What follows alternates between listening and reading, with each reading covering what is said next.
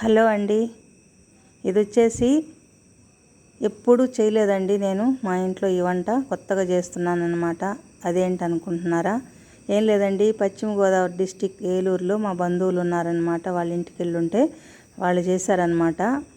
నేను as it ఈజ్గా అలాగే చేయకుండా నా టాలెంట్ కూడా కాస్త ఉపయోగించి కొన్ని మార్పులు చేసి చేశానన్నమాట.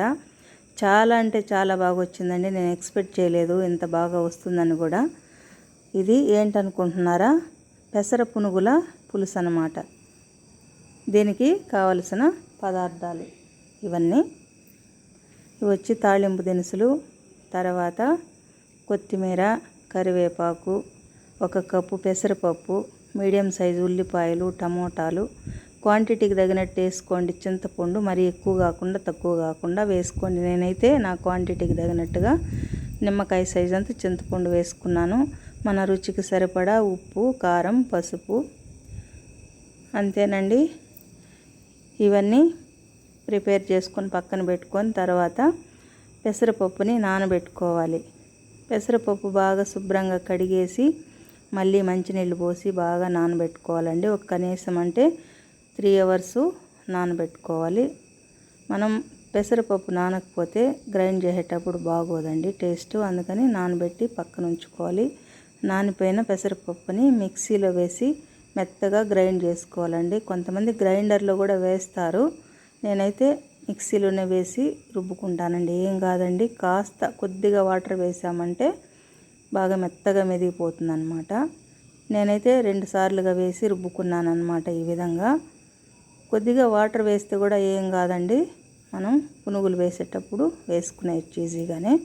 తర్వాత ఈ పిండిలోనే దీనికి సరిపడా, ఈ పిండికి సరిపడా కాస్త ఉప్పు, కొద్దిగా జీలకర్ర పొడి కలుపుకున్నాను. తర్వాత చింతపండు కూడా నానబెట్టి పక్కన ఉంచుకున్నాను అన్నమాట.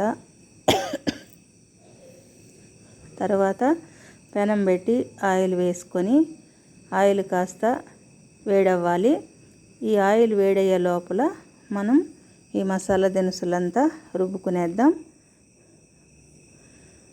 వెల్లుల్లిపాయలు, తర్వాత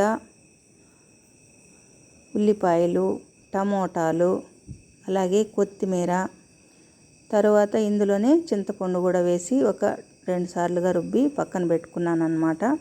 తర్వాత ఈలోపు ఆయిల్ కాగిపోయిందండి. దీంట్లో స్పూన్తో వేసుకోవాలి, ఎందుకంటే చిన్న చిన్న పునుగులు వేసుకోవాలి. పెద్దవి అయితే బాగోవండి, ఎందుకంటే మనం పులుసులో వేసేటప్పుడు అవి బాగా ఉబ్బుతాయి అన్నమాట.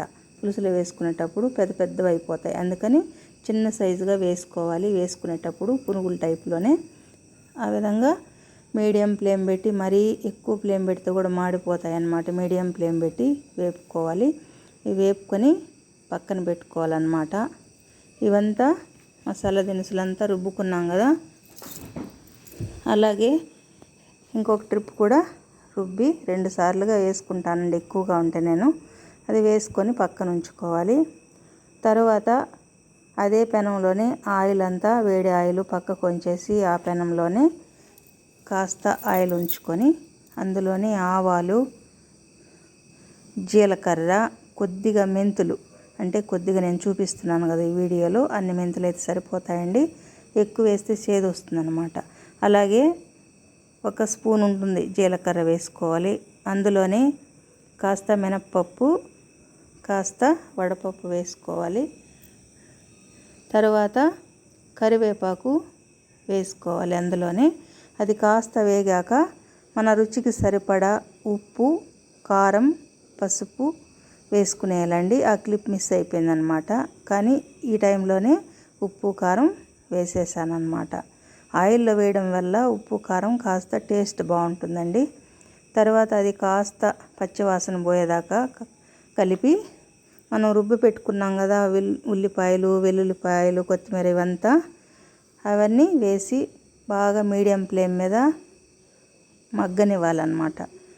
అది బాగా మగ్గాలండి, పచ్చివాసన పోయేదాకా ఆయిల్లోనే బాగా మగ్గాలి. తరువాత కాసేపు మగ్గనిచ్చి ఆయిల్ పైకి తేలాక మనకి ఎంత అయితే గ్రేవీ సరిపోతుందో అంత వాటర్ కలుపుకోవచ్చు.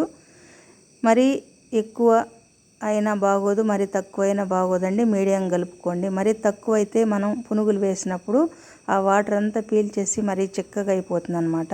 కాబట్టి నేనైతే క్వాంటిటీకి తగినట్టుగా మీడియంగా వాటర్ కలుపుకున్నాను అనమాట. ఇది కలుపుకున్న తర్వాత కాసేపు ఆ పులుసు ఒక పొంగు రానిచ్చి మనం ఈ పునుగుల్ని వేసేయాలన్నమాట. ఇవి పునుగులు అయితే ఉత్తవే తింటే కూడా చాలా టేస్టీగా ఉన్నాయండి. మనం ఎప్పుడైనా కూడా పునుగులు తినాలనుకున్నప్పుడు ఈ విధంగా కూడా చేసుకోవచ్చు అనిపించింది నాకు. బాగున్నాయి, టేస్టీగా కూడా. అంతేనండి, పులుసులో ఈ పునుగులు వేసేసి మళ్ళీ పునుగులు వేసిన తర్వాత కూడా ఎక్కువసేపు ఉడకాల్సిన అవసరం లేదు. ఒక 5 మినిట్స్ ఉడికితే సరిపోతుందండి. అంతే, పెసర పునుగుల పులుసు రెడీ అయిపోయిందండి. మీరు ఒకసారి ట్రై చేయండి, మీకు ఎలా కుదిరిందో చెప్పండి. నా పులుసు ఇది గనక మీకు నచ్చితే లైక్ చేయండి, షేర్ చేయండి. మరిన్ని వీడియోల కోసం నా ఛానల్ని సబ్స్క్రైబ్ చేసుకోండి. ఓకే అండి, థ్యాంక్ యూ ఫర్ వాచింగ్. మీరైతే ఒకసారి ట్రై చేయండి. మీరు ట్రై చేస్తేనే కదండి తెలిసేది ఎలా ఉండేది. ఓకే అండి, థ్యాంక్ యూ.